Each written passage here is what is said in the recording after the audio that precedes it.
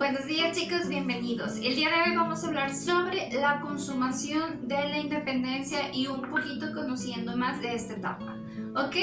De lo primero que vamos a hablar va a ser un poquito de lo que hizo José María Morelos, quien fue un sacerdote que nació en Valladolid y este fue el encargado de continuar la lucha armada. Él conocía muy bien la región del sur de la Nueva España, pues él había sido arriero. Sin embargo, abandonó esta actividad a los 25 años para poder ingresar al sacerdocio en el Colegio de San Nicolás, donde fue alumno de Miguel Hidalgo. El ejército de José María Morelos había sido muy distinto del primer ejército de los insurgentes, pues se caracterizó por ser mucho más disciplinado, pero con mucho menos elementos. Este estaba formado por personas dedicadas a diferentes actividades ligadas al campo, a la minería, a la religión y sobre todo a la milicia. Además, se incluyeron grupos de africanos y de mulatos. Entre esos oficiales se encontraban Vicente Guerrero, Guadalupe Victoria, Hermenegildo Galeana, Mariano Matamoros y Nicolás Bravo. A partir de 1812, José María Morelos destacó como líder insurgente. Tomó el control de varias poblaciones hasta que en ese mismo año, en Cuautla, fue en el actual estado de Morelos, ¿verdad? Este fue sitiado por las tropas realistas de Félix María Calleja. El sitio duró aproximadamente 2 meses y finalmente José María Morelos puede escapar y se va a dirigir a Orizaba en Oaxaca. Morelos piensa que hacía falta un gobierno que unificara a las fuerzas insurgentes y en septiembre de 1813 convocó a un congreso en Chilpancingo, en el actual estado de Guerrero. ¿Ok? En este congreso presenta un documento que se llama Sentimientos de la Nación, en el que él planeaba, entre otros muchos puntos, que América debería de ser libre e independiente de España, sobre todo de la esclavitud, y que la distinción por casta debería de prohibirse para siempre, con el fin de que todos fueran iguales ante la ley. Pero solo su talento debería de servir para poder diferenciar a las personas o entre las personas. A partir de este congreso, chicos, Morelos se reconoció como siervo de la nación, sobrenombre que se le puso, que él adoptó al rechazar el título de Alteza Serenísima que el Congreso le había otorgado. En este Congreso se redactó una constitución que sería promulgada el 22 de octubre de 1814 en Apatzingán. ¿Okay? Esto en el actual estado de Michoacán. En ella se declaraba la libertad de América Mexicana. Sin embargo, esta no entra en vigor porque la lucha contra los realistas continuaba y entre los propios insurgentes también seguía habiendo diferencias. Morelos continúa la lucha y logra tomar Acapulco, pero luego pierde una batalla en Tehuacán, en Puebla, y cae prisionero y muere fusilado en San Cristóbal, Acatepec, que hoy actualmente es el Estado de México. Esto sucede el 22 de diciembre de 1815. A la muerte de Morelos, los insurgentes se dispersaron porque ya no contaban con un líder que reunieran ejército, ¿verdad?, más grande, por lo que los grupos más pequeños se organizaron bajo diferentes liderazgos. Guadalupe Victoria peleó en algunas partes del actual estado de Veracruz y Vicente Guerrero en el estado que actualmente lleva su nombre. El aislamiento de los insurgentes los obligó a usar la guerra de guerrillas para poder combatir a los realistas y así permitir la supervivencia de este movimiento, del movimiento insurgente, hasta la consumación de la independencia. La guerra de guerrillas, chicos, era como un conjunto de estrategias que pretendía desorganizar al ejército realista.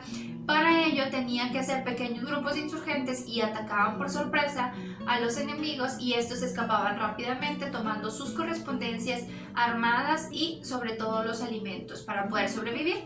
En 1817, procedentes de Europa, llegó el capitán Francisco Javier Mina y fraile novohispano Fernando Teresa de Mier, quienes habían estado exiliados en Europa durante 10 años y divulgaban las ideas de independencia. Luego de desembarcar en el puerto de Soto la Marina, que actualmente es Tamaulipas, Javier Mina, junto con más de 300 hombres, se introdujo en la zona del Bajío con la intención de dar un nuevo curso a la lucha de la independencia, pero este es derrotado por tropas realistas. Fue capturado y fue fusilado, mientras que Teresa de Mier sería encarcelado en San Juan de Ulúa, en Veracruz. Después de un tiempecito, entre 1808 y entre 1814, debido a que España estaba ocupada por Francia, los españoles formaron juntos representantes, unas llamadas Cortes, para poder discutir cómo poder gobernar el imperio en ausencia del rey Fernando VII. Las Cortes se realizaron en la ciudad de Cádiz y fueron integradas por políticos, por militares y sobre todo por religiosos. Además acudieron 21 representantes de la Nueva España que promovían la igualdad entre españoles, americanos e indígenas ante la ley.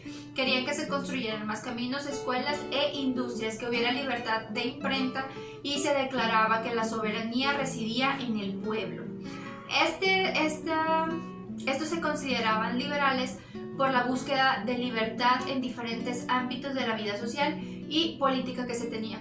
Así que fue en las Cortes de Cádiz que se hicieron reformas para poder reducir el poder de la monarquía. Por ejemplo, a los hombres mayores de 25 años se les otorgó el derecho a elegir y ser elegidos como representantes. Esto quiere decir que los elegían los ciudadanos y se decretó la igualdad de todos los habitantes del Imperio Español, lo cual hacía que los habitantes de la Nueva España tuvieran los mismos derechos que los de otros reinos españoles. Se estableció la libertad de prensa y se abolió el tributo indígena, mientras que en la Nueva España continuaba la guerra de independencia.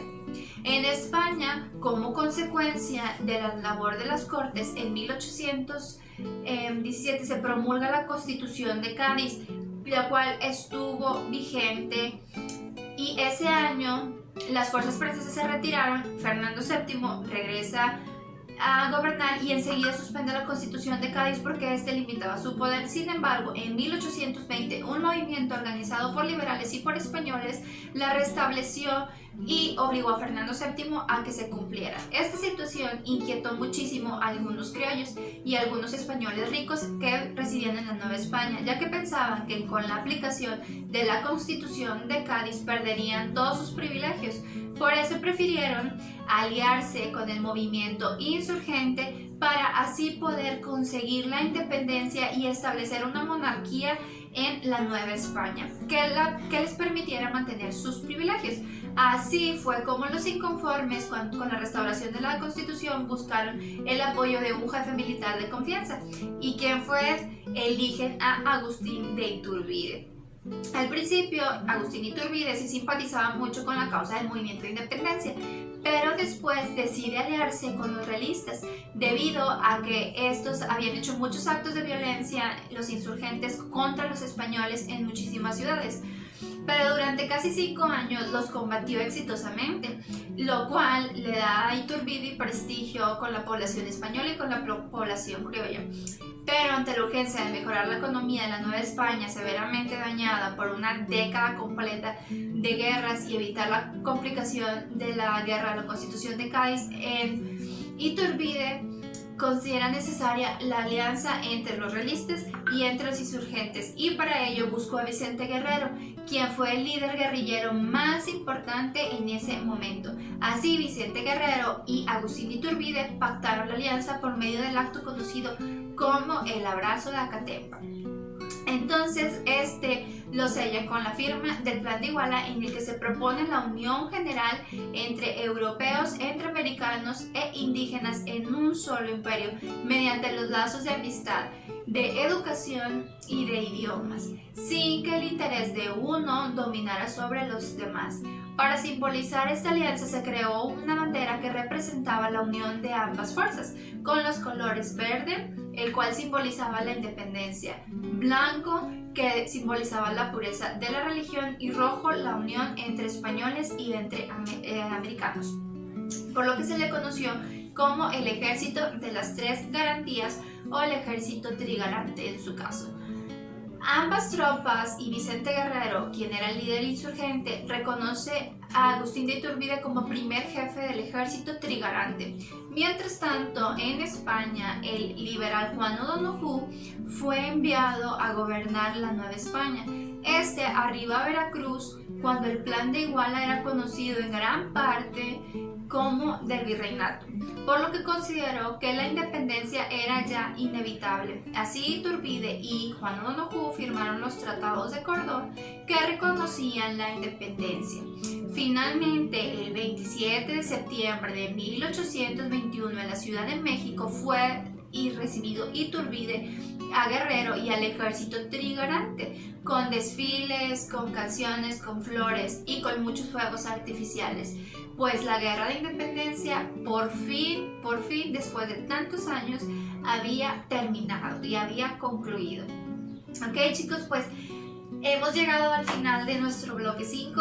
Yo sé que es algo que a ustedes les emociona y les interesa muchísimo, pero les quiero adelantar que lo que viene próximamente, o lo que vamos a estar viendo, ¿verdad?, durante los otros meses, y ya van a conocer otro libro nuevo de historia, etcétera, va a ser qué sucede después de que la guerra de independencia termina. O sea, hay muchísimas cosas que tenemos que conocer, nos podemos hacer muchas preguntas. Después, ¿qué sucede con Iturbide? Y después de Iturbide, ¿quién nos siguió gobernando? ¿Cómo terminó la Constitución? ¿Cómo es que después de esa Constitución hubo más? ¿Gracias a qué? ¿Hubieron más luchas? ¿No hubo?